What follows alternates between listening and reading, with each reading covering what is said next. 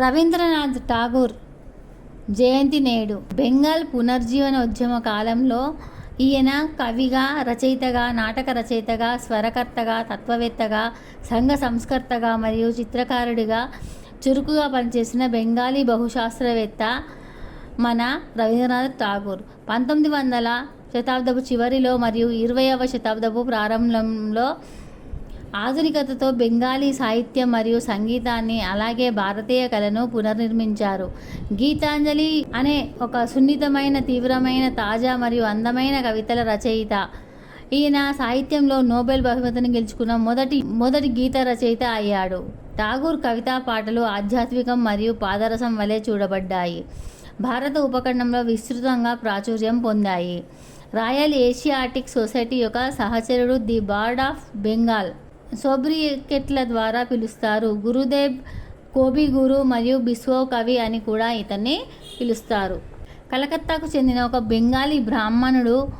బుర్జ్వాన్ జిల్లాలో మరియు జెస్పోరిస్ పూర్వీకుల మూలాలు కలిగిన ఠాగూర్ 8 ఏళ్ల వయసులో కవిత్వం రాశాడు. 16 ఏళ్ల వయసులో అతను తన మొదటి ముఖ్యమైన కవితను భానుసింహ అంటే సూర్యసింహ అనే మారుపేరుతో విడుదల చేశాడు. వీటిని సాహిత్య అధికారులు దీర్ఘకాలంగా కోల్పోయిన క్లాసికల్గా స్వాధీనం చేసుకున్నారు. 1817 నాటికి అతను తన అసలు పేరుతో ప్రచురించబడిన తన మొదటి చిన్న కథలు మరియు నాటకాలకు పట్టభద్రుడయ్యాడు.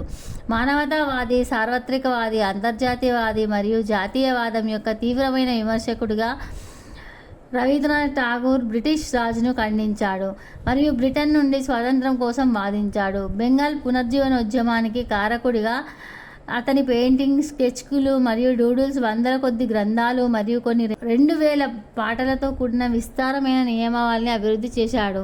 అతని వారసత్వం విశ్వభారతి విశ్వవిద్యాలయ స్థాపనలో కూడా కొనసాగింది. ఠాగూర్ దృఢమైన శాస్త్రీయ రూపాలను తిరస్కరించడం, భాషాపరమైన నిబంధనలను ప్రతిఘటించడం ద్వారా బెంగాలీ కళను ఆధునీకరించారు.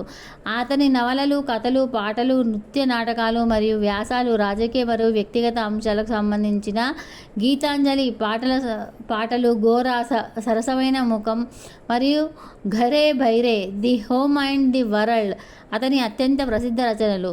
మరియు అతని పద్యం, చిన్న కథలు మరియు నవలలు, వాటి సాహిత్యం, వ్యవహారికం కోసం ప్రశంసలు పొందాయి. సహజత్వం మరియు అసహజన ఆలోచన అతని కంపోజిషన్ 2 దేశాలు జాతీయ గీతాలుగా ఎంచుకున్నారు. భారతదేశం యొక్క జనగణమన మరియు బంగ్లాదేశ్ యొక్క అమర్ సోనార్ బంగ్లా, శ్రీలంక జాతీయ గీతం కూడా జనగణమన గీతం నుండి ప్రేరణ పొందింది. అతని పాట బంగ్లార్ మతి బంగ్లార్ జోల్ పశ్చిమ బెంగాల్ రాష్ట్ర గీతంగా స్వీకరించబడింది. ఇకపోతే అతని కుటుంబ చరిత్ర. ఠాగూర్ అనే పేరు ఠాగోర్ ఇంటి పేరు. అసలు ఇంటి పేరు కుషారి. వారు పిరాలి బ్రాహ్మణులు. పిరాలి చారిత్రాత్మకంగా కళంకం కలిగించే మరియు అవమానకరమైన అర్థాన్ని కలిగి ఉంటుంది. వీరు వాస్తవానికి పశ్చిమ బెంగాల్లోని బుర్జాన్ అనే జిల్లాలోని కుష్ అనే గ్రామానికి చెందినవారు. రవీంద్రనాథ్ ఠాగూర్ జీవిత చరిత్ర. రచయిత ప్రభాత్ కుమార్ ముఖోపాధ్యాయ్ తన రవీంద్ర జీవాని ఓ రవీంద్ర సాహిత్య ప్రవేశన్ పుస్తకంలో మొదటి సంపుటిలో ఇలా రాశారు. కుషారీలు భట్టనారాయణ కుమారుడైన దీన్ కుషారి వంశస్థులు. దీన్కు మహారాజ్ క్షితిసూర ద్వారా కుష్ అనే గ్రామం అంటే బుర్జ్వాన్ జిల్లాలో ఉండేది. అతను దానికి అధిపతి అయ్యాడు మరియు కుషారి అని పిలువబడ్డాడు. ప్రారంభ జీవితం. అతని తల్లిదండ్రులకు అతను 13 మంది పిల్లలలో చిన్నవాడు. ఠాగూర్. రవీంద్రనాథ్ ఠాగూర్ మారు పేరు రవి. 7 మే 1861 కలకత్తాలోని మాస్టన్లో దేవేంద్రనాథ్ ఠాగూర్ 1817, 1905 మరియు శారదాదేవి 1830-1875లో కుమారుడిగా జన్మించాడు. ఠాగూర్ ఎక్కువగా సేవకులచే పెంచబడ్డాడు. అతని చిన్నతనంలోనే అతని తల్లి చనిపోయింది మరియు అతని తండ్రి విస్తృతంగా ప్రయాణించేవాడు. ఠాగూర్ కుటుంబం బెంగాల్లో పునర్జీవనంలో ముందంజలో ఉంది. వారు సాహిత్య పత్రికల ప్రచురణను నిర్వహించేవారు. బెంగాలీ మరియు పాశ్చాత్య శాస్త్రీయ సంగీతం యొక్క థియేటర్ మరియు రిసైటల్ అక్కడ క్రమం తప్పకుండా ప్రదర్శించబడేవి. ఠాగూర్ తండ్రి అనేక మంది ప్రొఫెషనల్ సంగీతకారులను ఇంట్లోనే ఉండి పిల్లలకు భారతీయ శాస్త్రీయ సంగీతాన్ని నేర్పించమని ఆహ్వానించారు. ఠాగూర్ యొక్క పెద్ద సోదరుడు ద్విజేంద్రనాథ్ ఒక తత్వవేత్త మరియు కవి కూడా. మరొక సోదరుడు సత్యేంద్రనాథ్ శ్రేష్టమైన మరియు గతంలో ఆల్ యూరోపియన్ ఇండియన్ సివిల్ సర్వీస్కు నియమించబడిన మొదటి భారతీయుడు. మరొక సోదరుడు జ్యోతీంద్రనాథ్ సంగీతకారుడు, స్వరకర్త మరియు నాటక రచయిత. అతని సోదరి స్వర్ణకుమారి నవలా రచయిత్రి. జ్యోతీంద్రనాథ్ భార్య కాదంబరీదేవి ఠాగూర్ కంటే కొంచెం పెద్దది. ప్రియమైన స్నేహితురాలు మరియు శక్తివంతమైన ప్రభావం ఆమెలో ఉంది. ఆమె 1884లో ఆమె ఆకస్మిక ఆత్మహత్య. అతను వివాహం చేసుకున్న వెంటనే అతనిని సంవత్సరం పాటు తీవ్ర మనోవేదనకు గురి చేసింది. ఠాగూర్ చాలా వరకు తరగతి గది విద్యను మానుకున్నాడు మరియు కుటుంబం సందర్శన మనోర్ లేదా సమీపంలోని బోల్పూర్ మరియు పాహిహతిలో తిరగడానికి ఇష్టపడేవాడు. అతని సోదరుడు హేమేంద్రనాథ్ అతనికి శిక్షణ మరియు శారీరక స్థితిని కల్పించాడు. అతను గంగా నదిని ఈదడం లేదా కొండలు, గుహలు ట్రెక్కింగ్ చేయడం, జిమ్నాస్టిక్స్ ద్వారా మరియు జూడో, రెజ్లింగ్ వంటి సాధనలు చేసేవాడు. తర్వాత అతను డ్రాయింగ్, అనాటమీ, భౌగోళిక శాస్త్రం మరియు చరిత్ర, సాహిత్యం, గణితం, సంస్కృతం, ఇంగ్లీషు తనకు ఇష్టమైన సబ్జెక్టుగా నేర్చుకున్నాడు. ఠాగూర్ అధికారిక విద్యను అసహ్యించుకున్నాడు. స్థానిక ప్రెసిడెన్సీ కళాశాలలో అతని పాండిత్య శ్రమలు ఒక్కరోజు మాత్రమే. సంవత్సరాల తర్వాత అతను సరైన బోధన విషయాలను వివరించలేదని చెప్పాడు. సరైన బోధన ఉత్సాహం రేకెత్తిస్తుంది కదా. 11 ఏళ్ల వయసులో అతని ఉపనయనం వయసు వచ్చే ఆచారం. ఉపనయనం తర్వాత ఠాగూర్ మరియు అతని తండ్రి ఫిబ్రవరి 1873లో కలకత్తా నుండి అనేక నెలల పాటు భారతదేశంలో పర్యటించడానికి బయలుదేరారు. అతని తండ్రి శాంతినికేతన్ ఎస్టేట్ మరియు అమృత్సర్ని సందర్శించి హిమాలయ హిల్ స్టేషన్లో డల్హౌసీకి చేరుకున్నారు. అక్కడ ఠాగూర్ చరిత్రను చదివారు. చరిత్ర, ఖగోళ శాస్త్రం, ఆధునిక శాస్త్రం మరియు సంస్కృతాన్ని అధ్యయనం చేశారు మరియు కాళిదాసు యొక్క శాస్త్రీయ కవిత్వాన్ని పరిశీలించారు. 1873లో అమృత్సర్లోని తన 1వ నెల బస సమయంలో అతను స్వర్ణ దేవాలయంలో పాడిన మధురమైన గుర్బానీ మరియు నాన్ బానీల ద్వారా బాగా ప్రభావితమయ్యాడు. దీనికి తండ్రి మరియు కొడుకులు ఇద్దరు సాధారణ సందర్శకులు. అతను తన మై రిమినిసెన్సెస్ 1912లో రాశాడు. అమృత్సర్లోని స్వర్ణ దేవాలయం నాకు కలలాగా తిరిగి వస్తుంది. సరస్సు మధ్యలో సిక్కుల ఈ గురు దర్బార్కి ఉదయం నేను మా నాన్నతో కలిసి వెళ్ళాను. అక్కడ పవిత్ర మంత్రోచ్చారణ నిరంతరం ప్రతిధ్వనిస్తుంది. మా నాన్న ఆరాధకుల రద్దీ మధ్య కూర్చొని కొన్నిసార్లు స్తుతి గీతానికి తన స్వరాన్ని జోడించి వారి భక్తిలో అపరిచితుడై చేరడాన్ని కనుగొంటే వారు ఉత్సాహంగా సహృదయతో మెలుగుతారు. మరియు మేము పంచదార స్ఫటికాలు మరియు ఇతర స్వీట్లతో పవిత్రమైన నైవేద్యాలతో తిరిగి వస్తాము అని రాసుకున్నాడు. అతను సిక్కు మతానికి సంబంధించిన 6 కవితలు మరియు సిక్కు మతం గురించి బెంగాలీ పిల్లల పత్రికలో అనేక వ్యాసాలు రాశాడు. గురు గోవింద్పై పద్యాలు 1818లో అనువదించబడ్డాయి. అలాగే శేష్ శిక్ష 1899 చివరి బోధనలుగా అనువదించబడింది. బందా బహదూర్పై పద్యము బండి బీర్ ది ఖైదీ వారియర్ 1888 లేదా 1898లో వ్రాయబడింది. బాయ్ తోర్ సింగ్పై కవిత 1888 లేదా 1898లో వ్రాయబడిన పార్దీ నాటిట్ ధాన్ అయాచిత బహుమతి గెలుపొందింది. నిహాల్ సింగ్పై కవిత నిహాల్ సింగ్ 1935లో రాయబడింది.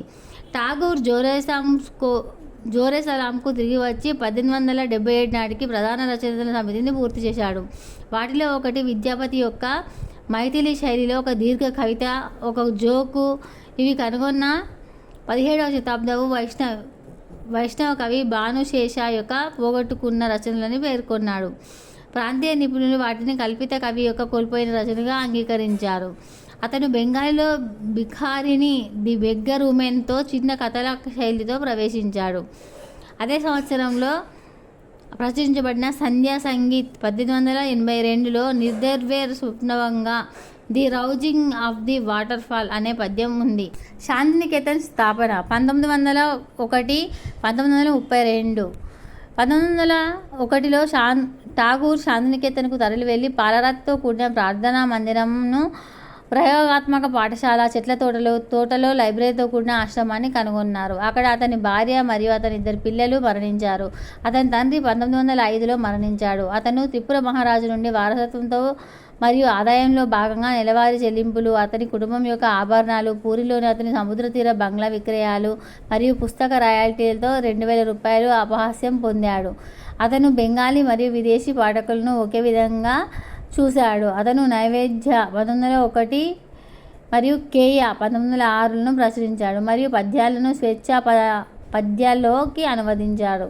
1912లో ఠాగూర్ తన 1910 రచన గీతాంజలిని ఆంగ్లంలోకి అనువదించారు. లండన్ పర్యటనలో ఉన్నప్పుడు అతను ఈ పద్యాలను విలియం బట్లర్ yeats మరియు ఎజ్రా ఫౌండ్స్తో సహా అభిమానంతో పంచుకున్నాడు. లండన్ యొక్క ఇండియా సొసైటీ ఈ రచన పరిమిత ఎడిషన్లో ప్రచురించింది మరియు అమెరికన్ మ్యాగజైన్ పోయట్రీ గీతాంజలి నుండి ఎంపికను ప్రచురించింది.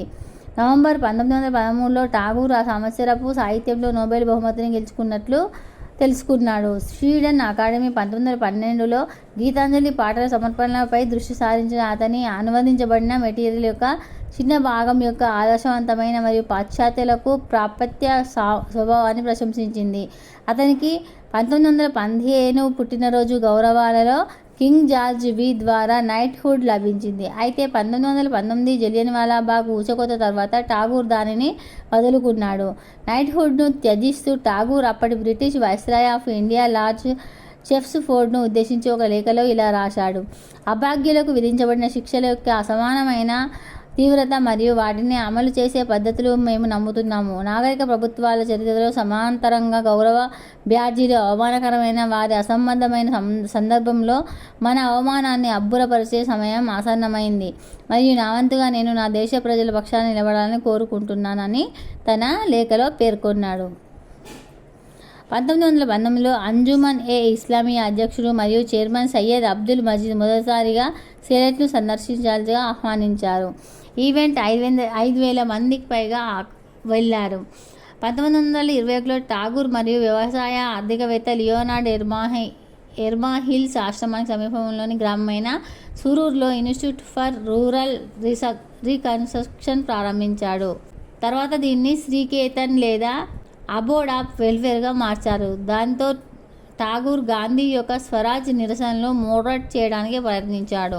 అతను అప్పుడప్పుడు బ్రిటిష్ ఇండియా యొక్క మానసిక మరియు చివరికి వలసవాద క్షీణతకు కారణమయ్యాడు. అతను విలాటిస్ జ్ఞానం ద్వారా గ్రామాలు నిస్సహాయత మరియు అజ్ఞానం యొక్క సరళ సంఖ్యల నుండి ప్రపంచ వ్యాప్తంగా దాతలు, అధికారులు మరియు పండితుల నుంచి సహాయం కోరాడు. 1930 ప్రారంభంలో అతను పరిసర అసాధారణ కుల స్పృహ మరియు అంటరానితనాన్ని లక్ష్యంగా చేసుకున్నాడు. అతను వీటికి వ్యతిరేకంగా ఉపన్యాసాలు ఇచ్చాడు.